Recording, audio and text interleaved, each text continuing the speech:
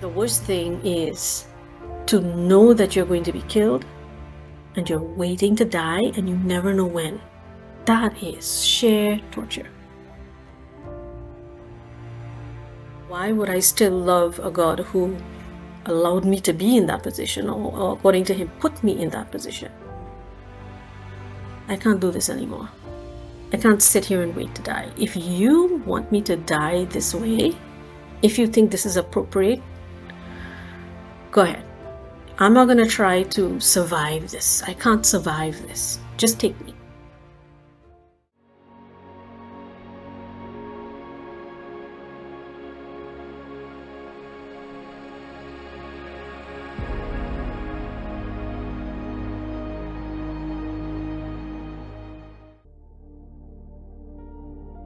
Hi everyone, my name is Debbie Ali, and I was abducted from inside of my home in the country in which I was born and raised, in the Caribbean, called Trinidad. I was abducted. That incident took place on my 31st birthday, and on that day, long story short, I'm cleaning my windows in my garage. The garage door is open. No one else is at home. My kids went out with my husband to, birthday thingies, gifts and all that kind of stuff. And minding my business, but I'm still aware of which neighbors are around, who's around, because for whatever reason, there was a spike in abductions and criminal activity in the country at the time. And as soon as I felt a little bit unsafe, okay, this neighbor went inside, this one left, I started packing my stuff to get back indoors. When I say indoors, I was inside of my garage the entire time, but indoors as in locking the garage door and being inside. And I kid you not, within maybe 5 or 6 seconds, I don't know where these two men appeared. One was brandishing a blade, the other one with a gun. In the aftermath, we discovered that they were actually hiding around the corner. I live in a corner spot, so the garage is here, and they were hiding behind some tall trees at the front, waiting to pounce. And they came in, gun to my head. I'm not trained in any kind of, awareness or combat moves or anything like that, so I froze. And they took my phone, took everything that they could that was of value from my home, wrapped me in one of my sheets, blindfolded me, and threw me in a car. Now, I'm kicking, I'm screaming, I'm trying to free myself, etc. And of course, their response was a proper beating. When I say beating, these men were in excess of 6 feet, so I'm getting punches and kicked with steel-tipped boots, etc., etc. It was not, pleasant, and I'm barely 5 feet, so it's like, really, really advantageous. I was very, very badly injured. They drove to the first stop, which was actually quite literally a pit in the ground, a hole in the ground, something of a dumping space for those who lived in the area. There were old refrigerators and whatever, old appliances and garbage and stuff, and I could smell the trash, but I couldn't see anything, really. They dragged me out of the car, threw me, not lowered me, picked me up and threw me into this hole. So there was no bracing or like trying to protect my head or anything. I knew nothing. I had no clue what was happening. So I sustained a lot of injuries from that fall. And I was made to sit there until nightfall. If I sneezed, if I coughed, any sound that I made was met with violence. And one of the kidnappers discovered through my wallet, I guess he was going through my wallet, that it was my birthday, and they promised to deliver me a birthday present. I'm not processing at this point. When night fell, they made me walk. They dragged me up out of the hole on my back. So my back was very badly injured. And they made me walk uphill, someplace uphill. And of course, I can't see anything, so I'm falling like every 2 seconds, right? And finally, I fell and I passed out. And when I came to, I was over the shoulder of one of them, and I was just being carried uphill to a shack. That's the best way I can describe it. It's a small shack on the top of a hill. And of course, being December, because that's my birthday, December 5th, it's quite chilly. The air's quite chilly. I was dropped onto a concrete platform, and they put on their masks and removed my blindfold. So I could see them, and I could see their features, and they were staring at me and discussing whatever.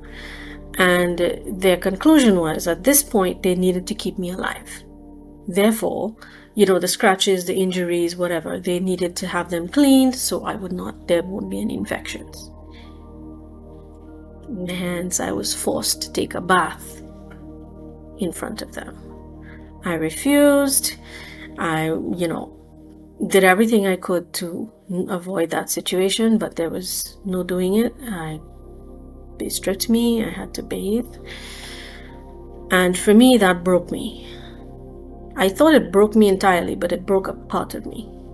Because having grown up in a home where it's school and church related activities, and back home, I married my first boyfriend. So this is just like ultimate humiliation. I obliged. I had no choice. And they picked me up, threw me inside of the shack, gave me somebody else's clothing to wear, and handcuffed me to this tiny bed. And I curled up there and I was praying, what is going on? Lord, help me, keep my children safe, because I have no clue. Where are my kids? Where are my husband? What's going on? It occurred to me that they were demanding a ransom. I had no idea how much until later on, but I knew that we were not wealthy. We're still not wealthy. So whatever it was they were asking for, I knew in my mind, we don't have that money. So I'm dead either way. That was my conclusion. It was simply a matter of when and how. And, I'm trying to, work the math in my head, and nothing was making sense. And then that's when one of the kidnappers left. They left me there for a bit, and I'm crying. I'm beside myself here with grief. And when he returned, then I was made to understand that was the first ransom call, where the demands were made, and apparently my husband was upset. Apparently he had no right to be upset. And apparently they were ticked off because he did not have $2-3 million just sitting there waiting to give to them. And because of that, the man was enraged, and he trashed the room. And I'm terrified there now, because I'm thinking, okay, right, he's gonna kill me now, because clearly we don't have the money. So I'm preparing for death. But the worst thing is to know that you're going to be killed, and you're waiting to die, and you never know when. That is sheer torture. However, he vented his anger on me in the form of the first rape, which was very, very brutal, agonizing, dehumanizing. I can't even find I can list all of the words that we know of, and still it would not qualify for the way I felt and the pain I endured. I kicked, I cried, I fought. I'm no match for somebody his size. I was choked. I passed out a few times and came to during that incident. When he was finished, I remember him. Well, I could tell he was looking at me. You don't have to see to know when someone he was looking at me. I know, and he said, "Happy birthday, Mrs. Ali." And I'm just numb at this point. I'm just numb. I can't process anything. I just curl up in a little ball and I'm just sitting, I'm lying there and I'm like, no, this is gonna go away. See, I'm gonna wake up from this. I'm gonna blink 2 times and I'll be back in my home. And I really tried to convince myself. Nothing worked. I could not accept that this had happened to me, Debbie, who led a simple conservative life in the church, loved God with all my heart and soul, raised my children, not so much as even gossiped. Why was this happening to me? No response. Early the next morning, I was moved from that location to another kind of shack-like place. And that's where I spent the next 13 days and nights. And when I get to this new space, I'm dragged out of the vehicle by my neck. I mean, his arm was around me like that. And like, the word that I used that really accurately describes him is he was a beast. A beast. Bulky man, huge. And he lifted me off of the ground by my neck and he just whispered very, very calmly to me. He said, you make a sound, I'm gonna snap your neck. Why would I not believe him? And then he took me to some space where I was suspended from the air. So my feet aren't touching the ground and my hands are, up with the handcuffs, and I'm suspended there. And there he was questioning me about, how much money we earned, and he's looking for information. I cannot even process or think clearly to form a sentence. And because I was not responding, I was very badly beaten. I mean, slapped, kicked, cuffed, whatever. I passed out, left. I don't know for how long, because I guess it was a combination of the dehydration, the stress, the trauma, everything, the beatings. I was having a lot of difficulty breathing. So the little holes that they made for my nostrils, I tried to widen it so I could breathe a little bit better. Because he warned me, do not touch that mask. If you touch that mask, I'll kill you. But I just did that. I tried to widen. That's all I did. And he came back into the room and he said, you touched the mask. And I said, no, I didn't. I just, I couldn't breathe. And I tried to explain. And there was no reasoning. And that was the third rape. It was a beating / rape. And at the end of that, my body was thoroughly battered, bruised, bleeding. I was all over the place. And I just curled up in a ball on my right side and I remained there. He tried to get me to sip some water or have a sandwich. Everything came back up. And I went into shock 3 times. And the reason I know it was 3 because I felt the sensation before it happened. And every time, so by the second time, I was like, oh, okay, I'm going to go into shock now. So I knew it was coming the 3rd time too. And if you know anything about that, it could kill your brain cells. Your brain cells will die as a result of that. And every time I came to, he'd be very angry that I made a mess or he had to care for me or whatever. But that was his job, to keep me alive, to exchange for money. I continued crying, never stopped. There was this radio blaring in the background to ensure that even if I screamed and whatever, the neighbors would not hear. Further on into the 2-week period, I really questioned God. I was mad. I was really angry. Why would you allow this to happen? But the point I'm making is, when I let all of that rage out as to why this was allowed to happen to me, when in my mind, and I raked through every memory I had, what did I do? I couldn't find any. But it was only at that point, one evening, when I surrendered to God and I said, look, listen, I can't do this anymore. I can't sit here and wait to die. If you want me to die this way, if you think this is appropriate, go ahead. I'm not going to try to survive this. I can't survive this. Just take me. And when I surrendered and I gave it up, literally the next morning, the man I referred to as the keeper, he changed. He was gentle, he was caring, he brought me painkillers, different kinds of meals, sandwiches, home cooked, warm home cooked food, juices and whatever.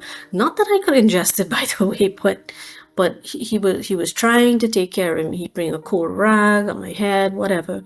He was trying to take care of me. And at first I thought, okay, well, he has to keep me alive. But really, that change went a lot deeper because he started speaking to me about myself, not for information about finances and all that, but speaking to me about politics and lifestyle and my job and religion. And when we got to religion, he was so, entranced by my love for Jesus, regardless of the fact that of the situation that I was in. And he was trying to wrap his head around, why would I still love a God who allowed me to be in that position, or according to him, put me in that position. He didn't get it. Eventually, though, after a few days of conversing with him, he asked me if this Jesus that I love so much would be willing to forgive somebody like him who was a stone cold. And he told me how many people he murdered, etc. And how he did what he did. And I said, yes, if you are sincere and you try to change. And I told him, I said, listen, I don't like what you've done. What you've done is not a good thing, not a righteous thing, not a moral thing. But I'm not here to judge, because Jesus did not come on this earth to judge people, point fingers. He came to save. And when I told him, yes, you could be forgiven, he cried. The man cried. He held my hand and my hands, and he cried and begged me for forgiveness. Honestly, truthfully, I did forgive him. And he asked me why and how. And I said, because that's not what Jesus taught, to judge. He taught us to love and forgive. And if he was sincere, then I forgave him. And I did. He left, he came back, and his plan was, okay, I'm going to release you. Okay? Because he asked me if he can refer to me as his friend, because he never had a friend before who would sit and talk to him that way and listen to him. And I said, yes, you can be my friend. So he uncuffs me, unties me, everything, and says, listen, try to estimate, 15, 20 minutes, and then just run. And I had no clue where I was. So, in terms of running, I didn't have a clue where I would go. He said, don't worry, when you get outside, you'll see. You'll know where you're supposed to go. I'm just sitting there in amazement. And I'm thinking it's a trap, right? Surely it's a trap. Because if he releases me, the other people are going to kill him, right? So it wasn't logical to me, and he left and did whatever it was he did. And as I was about to stand, this voice, as clear as anybody you're having a conversation with, whispered in my ear, Debbie, do not move. So I sat there. This was the voice of God. So I'm thinking, okay, Lord is telling me don't move because it's a trap. That's the human side. But you see, it was not me. It was not me in that situation for 2 weeks. It was all God. And he said to me, if you leave, he will die. Did I come here on this earth to condemn people to death? And I said, no, Lord, you came to save. He said, exactly. So would you want his blood on your hands? And I'm like, no, I don't want anybody's blood on my hands. And he says, then stay right there. And I stayed. And the man came back infuriated, smashed the room, trashed things all over the place. I cleared the hill, whatever that meant.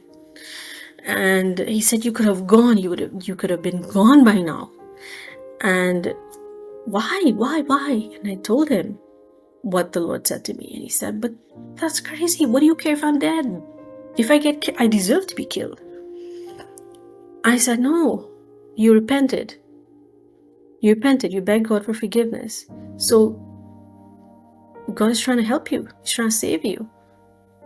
And he cried and he cried and he refused to cuff me back to the bed. And I said, listen, if you don't cuff me back and one of your whoever walks in here and I'm free, we're both dead.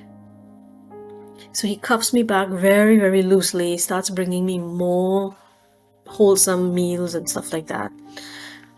I could only eat tidbits. I mean, I was like skin and bones at the end of those 2 weeks. And that's when he sat, when he cuffed me back, he sat and said, you are truly my friend. And I swear to you, no one will touch you. You will get back home to your babies. And if anybody tries to hurt you, they're going to have to kill me first. And he became my protector.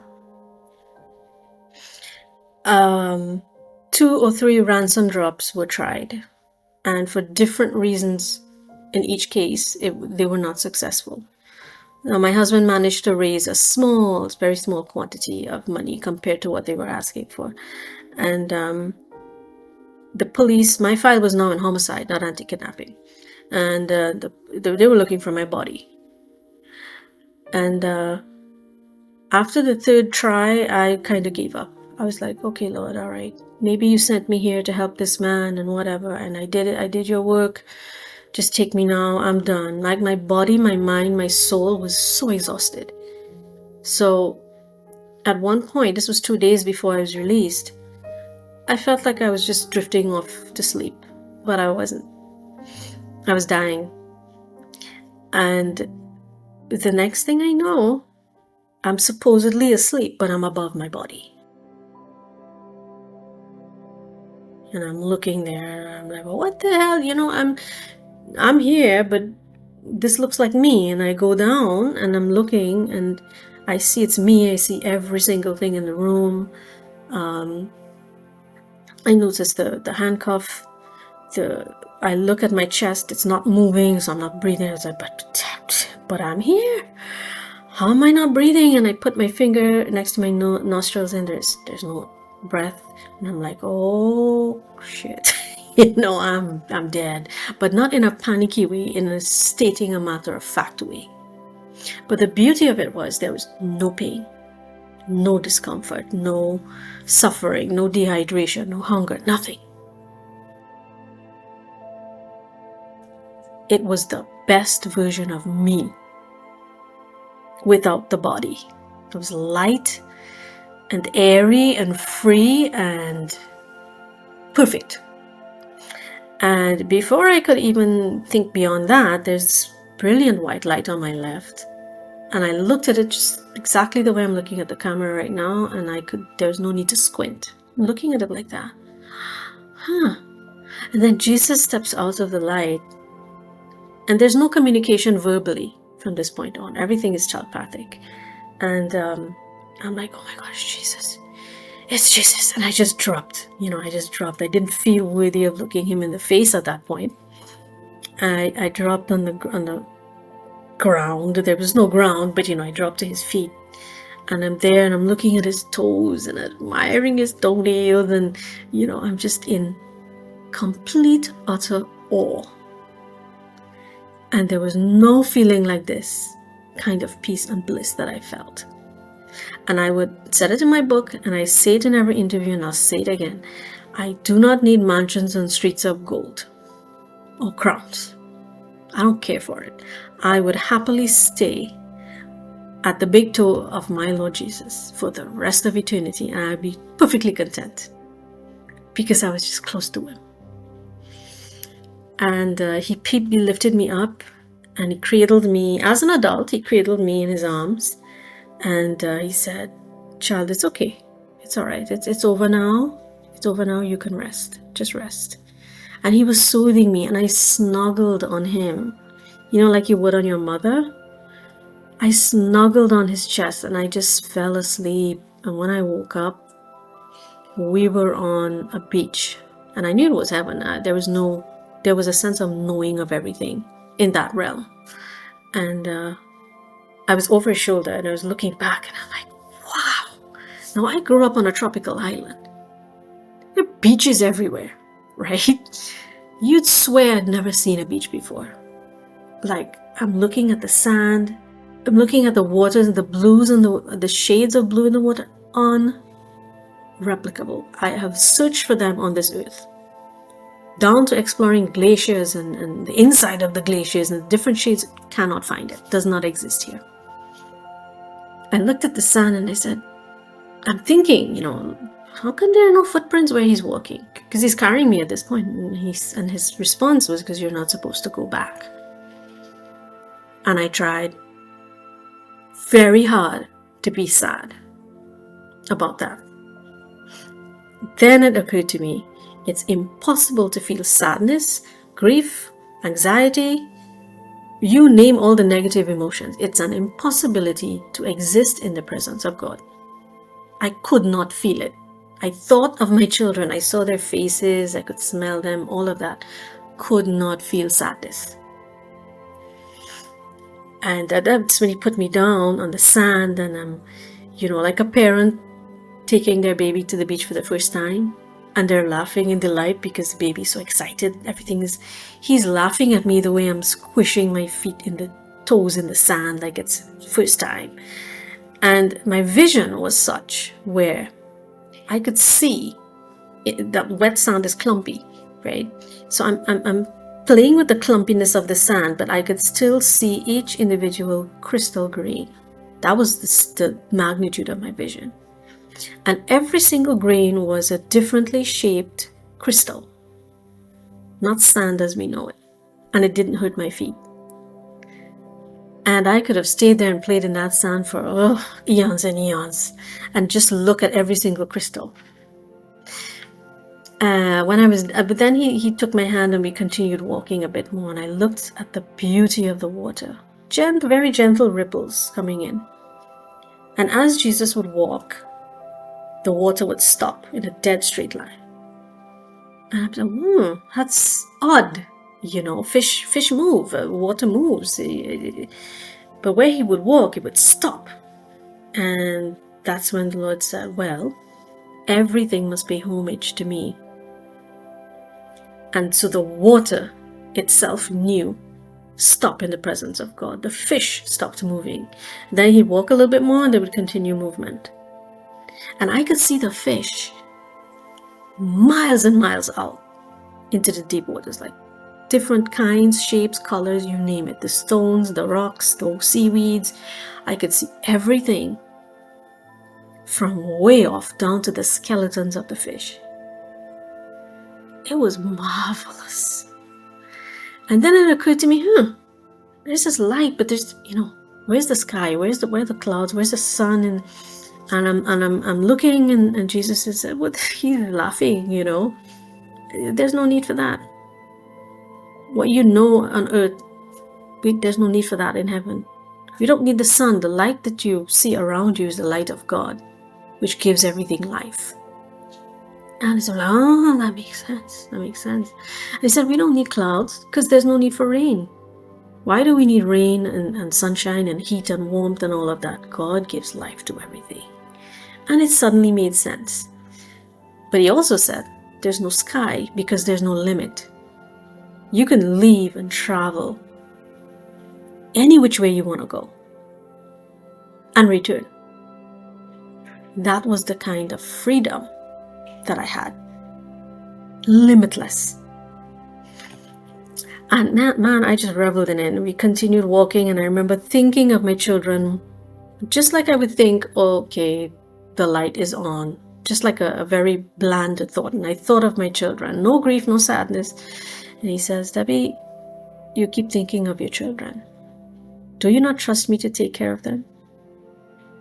And I actually thought about it for a few seconds, and I realized there was nobody else that I would entrust them to other than him. And I really and truly let them go.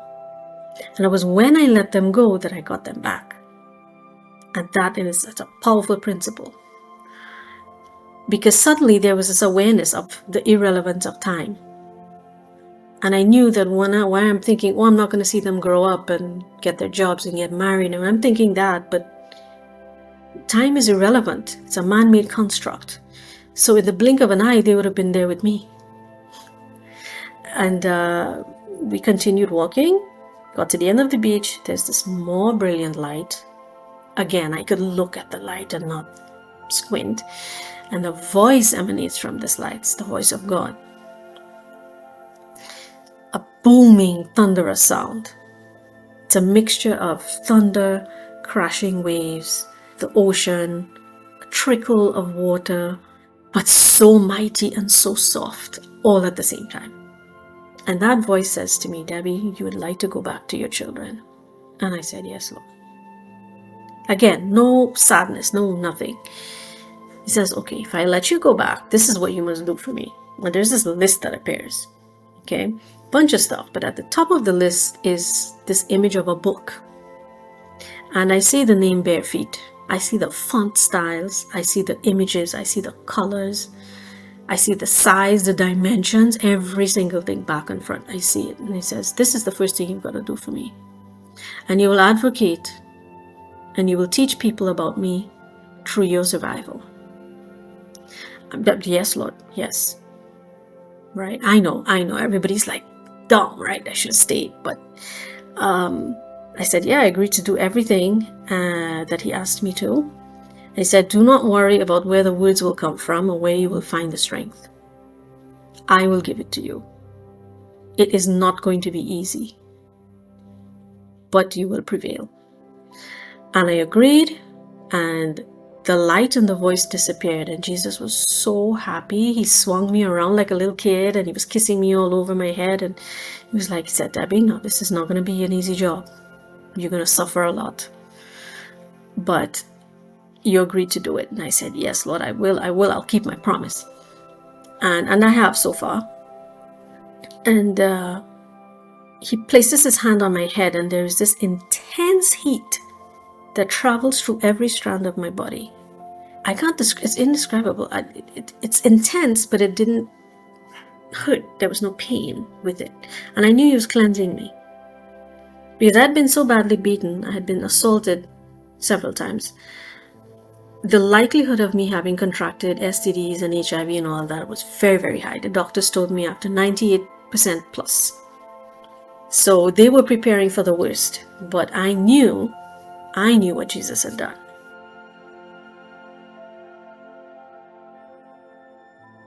When he was done, he held my hand and we walked back the path that we came. And I tried very hard to look back. I could not look back. Why? I don't know, but I could not. We got to the end of the beach. There were the saints. Abraham, Moses, Isaac, Jacob, Elijah, Mother Mary. Their heads were all bowed. I couldn't see their faces, except Mother Mary. But I knew who they were. I just knew. And Mother Mary was the only one who raised her head, and she spoke to me. She smiled. Oh my gosh, beautiful smile. And she said, her message to the world is that God always answers the prayer of a mother. And in that moment, I knew God answered my prayer as a mother to go back to my kids. But he also answered the prayer of my mother for me. And that's something that I've been teaching so hard, that when a mother prays for her child, God cannot ignore it. Impossible to ignore it. And God's message to the world is, I see all, I hear all. I know all that happens in the darkness and the light, and I save. And I'm supposed to be the one that's evidence of the fact that he can save from the impossible if you surrender. And she bows her head and she starts praying. And then there's this sudden, it sounded almost like a rocket dropping on my left side. Boom! And I knew that's Michael, Archangel Michael. There was another one, whoop, on my right. And I knew that was Archangel Gabriel. And they're not airy-fairy, butterflies, kind of. Absolute opposite. They're warriors. Their wings are not feathery. They are clothed in metal. And I heard Michael's sword just remove. He just pulls it from his sheath just a little bit, and I hear that sound. And I have evidence that Michael especially, I have a special relationship with. And Jesus said to me, he said, they will remain with you until your work on earth is done. You'll be safe. And he disappears. And I start getting really, really drowsy and really tired. And I curl up on the sand in this, very literally, a fetal position. And I slept. And then I traveled back to my body. And that journey, oh my God, what I just, I say it and people think I'm weird, so I stop saying it. I can't wait to die. Because I really had a full experience of what it was like. I was out of my body. I could float and dance and move at the speed of thought. There was a confidence in me. I'm going home. I don't know how. They tried to drop the ransom 3 times. But I'm going home. And 2 days later, they accepted 0.01%. Or 0.001% of the ransom. Police were confused, baffled. Why would they keep a hostage alive for 2 weeks to get a minuscule amount of money? Why? That's why. And the doctors were baffled. They prepared us, they're all grim and serious, 98% chance you have HIV and all of that. And my husband is worried, and I'm standing there, I'm just going, yes, I understand. Yeah. First test, negative. They're looking at me like, okay. So, but, it takes time. It takes 6 months, Don't get your hopes up. I'm like, 3rd time, 4th time, 5th time, whatever. And I'm just, And when the final result came in negative, I was like, told you. And it confused them, right?